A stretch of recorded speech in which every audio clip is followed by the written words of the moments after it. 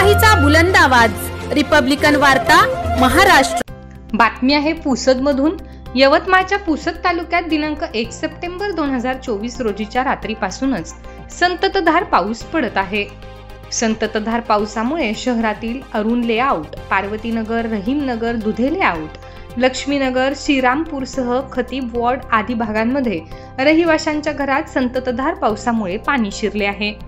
त्यामुळे रहिवाशांना रात्रभर जागरण करण्याची वेळ आली होती।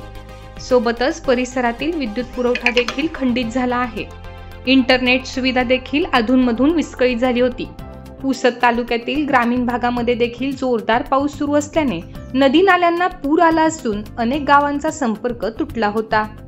या संततधार पावसामुळे तालुक्यातील वडसद, सांडवा, मांडवा, बेलोरा बुद्रुक, रोहडा, मारवाडी, बेलोरा खुर्द, पांढुर्णा, वाघजाळी, कन्हेरवाडी, भोजलासह आदी भागात जनजीवन विस्कळीत झाले होते।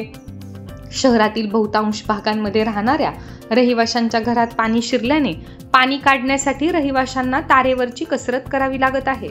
शहरातील नाल्या ओढ्यांना पूर आला आहे, त्यामुळे रस्ते जलमय झाले आहेत। सोबतच पूस नदी देखील दुथडी भरून वाहत आहे। पूस नदीच्या पुलावरून 3 ते 4 फूट पाणी वाहत होते। ते पाहण्यासाठी नागरिकांनी अलोट गर्दी केली होती। या दरम्यान एक युवक नको ते धाडस करताना पाण्यात वाहून गेला आहे। पुसद दिग्रस महामार्गावरील वाहतूक 5 तास बंद झाली होती। पूस नदीच्या पुलावर गर्दी करणाऱ्या नागरिकांना पोलीस प्रशासन व नगरपालिका प्रशासनाकडून खबरदारी घेण्याचे सांगितले होते।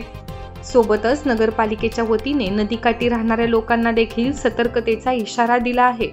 शहरापासून जवळच असलेल्या श्रीरामपूर ग्रामपंचायत, काकडदाती, निंबीपारडी, नानंद ई, रोहडा, बेलोरा, जामबाजार, आरेगावसह आदी परिसरात देखील जोरदार पाऊस झाल्याने शेती खरडून निघाली।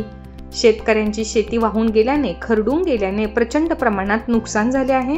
पुसद वाशिम रस्त्यावर खंडाळा घाटात दरड कोसळली, यामुळे या मार्गावरील वाहतूक व्यवस्था बंद झाली होती। एकंदरीत तालुक्यात रविवारी पडलेल्या पावसाने थैमान घातल्याने जनजीवन विस्कळीत झाले असून शेतकरी देखील आर्थिक संकटात सापडला आहे। पुढील 24 तासात यवतमाळ जिल्ह्यात पावसाचा रेड अलर्ट जारी केला असल्याने शेतकरी मात्र चिंतेत असून शासनाने त्वरित पंचनामे करून नुकसान भरपाई देण्याची मागणी होत आहे। रिपब्लिकन वार्ता न्यूज साठी विदर्भ उपसंपादक राजेश ढोले, यवतमाळ।